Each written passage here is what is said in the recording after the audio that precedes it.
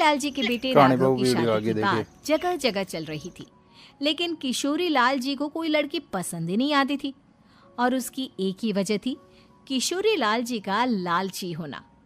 उनको लड़की वालों से मोटा दहेज चाहिए था और इसी चक्कर में एक दिन वो एक बहुत पैसे वाले के घर अपने बेटे का रिश्ता लेकर पहुंचे। उस आदमी का नाम था ओम प्रकाश। देखिए किशोरी लाल जी, मेरी एक ही बेटी है और मेरी सारी संपत्ति जायदाद सब कुछ मेरी बेटी नैना का ही है। पापा, नाम से लगता है बहुत खूबसूरत होगी। कितना अच्छा नाम है ना, नैना। ओ, वैसे बात तो सही है आपकी। अब इतना पैसा है, जमीन जायदाद है, इकलौती बेटी, आप भी क्या करेंगे? सब कुछ उसे ही देंगे ना। बिल्कुल ठीक पहचाना आपने। बस बेटी की शादी और सारी जायदाद उसके नाम। पापा, बिना देखे हाँ कर दीजिए ना।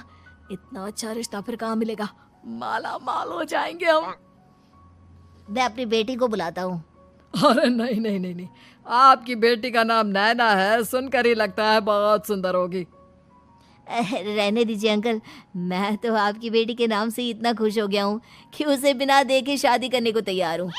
अब तो मैं उसका चेहरा सीधे शादी के बाद ही देखूंगा। और इस तरह राघव नैना का चेहरा नहीं देखता और उससे शादी कर लेता है। शादी के बाद अपनी सुना की आंखें बंद थी। कितनी खूबसूरत हो तुम नैना, जरा अपनी आंखें खोलकर मेरी तरफ देखो तो सही। नहीं, मुझे शर्म आती है। अरे, मैंने तुम्हें शादी से पहले भी नहीं देखा, और अब अगर तुम आंखें खोलकर मुझे देखोगी भी नहीं तो मुझे अच्छा कैसे लगेगा? इससे पहले कि नैना अपनी आंखें खोलकर राघव की तरफ देखती, अचानक से लाइट चली गई और राघव नैना को पूरी तरह से देख भी नहीं पाया। अगली सुबह नैना राघव के लिए नाश्ता बनाकर लेकर आई। अरे ये क्या, आधा पराठा सेका हुआ है और आधा बिल्कुल कच्चा। ये तुमने क्या किया नैना? बहू, तुमने क्या आधा पराठा तवे से नीचे लटका कर रखा था, जो आधा सेका है और आधा कच्चा?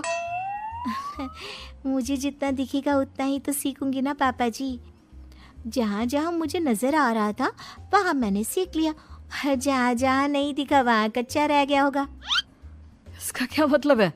ये कैसा मजाक कर रही है तुम? अरे बहू, तुमने इतना लंबा घूंघट क्यों लगाया हुआ है?